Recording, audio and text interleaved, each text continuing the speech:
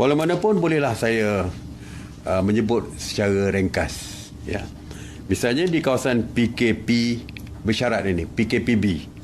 Seperti kita tahu, majlis perkahwinan, majlis pertunangan, akad nikah, kenduri kendara, akikah, majlis akikah, doa selamat, tahlil, sambutan ulang tahun, majlis hari lahir, reunion, majlis sosial lain dibenarkan. Tetapi dengan syarat ada SOP-nya.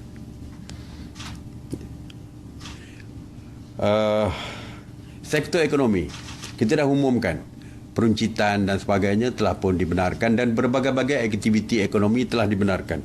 Perniagaan, sektor perniagaan ini.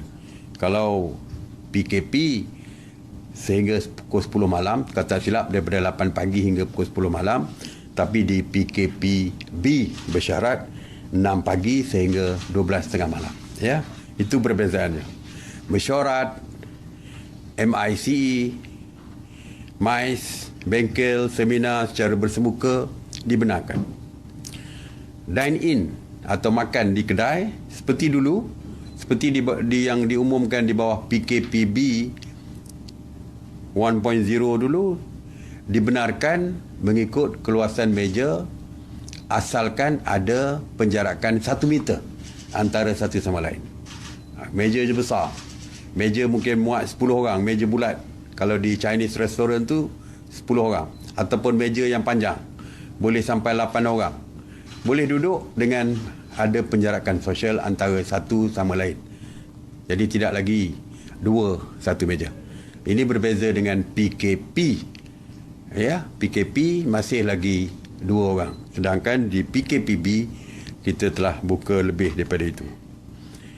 Kapasiti kenderaan, kalau di kawasan PKP kerana kita nak mengurangkan pergerakan di dalam negeri, maka kita hanya membenarkan 2. Tetapi PKPB bersyarat dan juga PKPP di Perlis, kapasiti penumpang adalah mengikut jumlah tempat duduk yang disediakan di dalam kenderaan tersebut.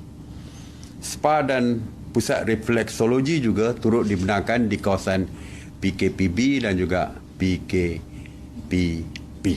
Jadi itu antara yang saya boleh sebutkan hari ini. InsyaAllah kita akan sebutkan lagi pada hari Khamis nanti. Walau manapun, tanpa perlu menunggu pengumuman saya hari Khamis nanti, sesiapa yang ingin melihat secara detail dari segi aktiviti yang dibenarkan boleh merujuk kepada laman sesawang ataupun website MKN. Boleh tengok. Ya. Jadi tempat-tempat SOP-nya pun terdapat di dalam website tersebut. Macam tadi kita kata kebenaran kahwin dan sebagainya menggunakan dewan, SOP-nya separuh daripada keluasan dewan dan as long as ada penjarakan sosial. Jadi detail SOP itu boleh lihat. InsyaAllah akan minggu depan, hari Khamis ni saya akan sebut sekali lagi. Untuk di kawasan kesemua, kesemua kawasan, termasuk PKP. Kalau dulu kita mensyaratkan tidak boleh merentas lebih daripada 10 km. Ya. Tetapi hari ini kita membuat keputusan bahawa arahan larangan pergerakan tidak melebihi dalam radius 10 km tersebut dibatalkan. Jadi tidak ada lagi.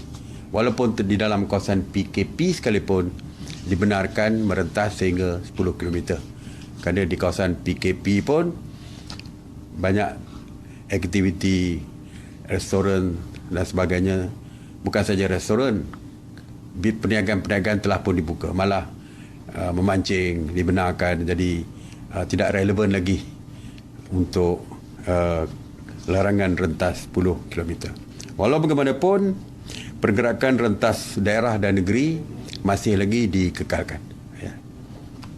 Kita akan umumkanlah nanti apabila kita melonggarkannya. Setakat ini kita masih lagi mengekalkan tidak boleh merentas daerah dan negeri. Itu untuk PKP, PKPB dan PKPP. Ya.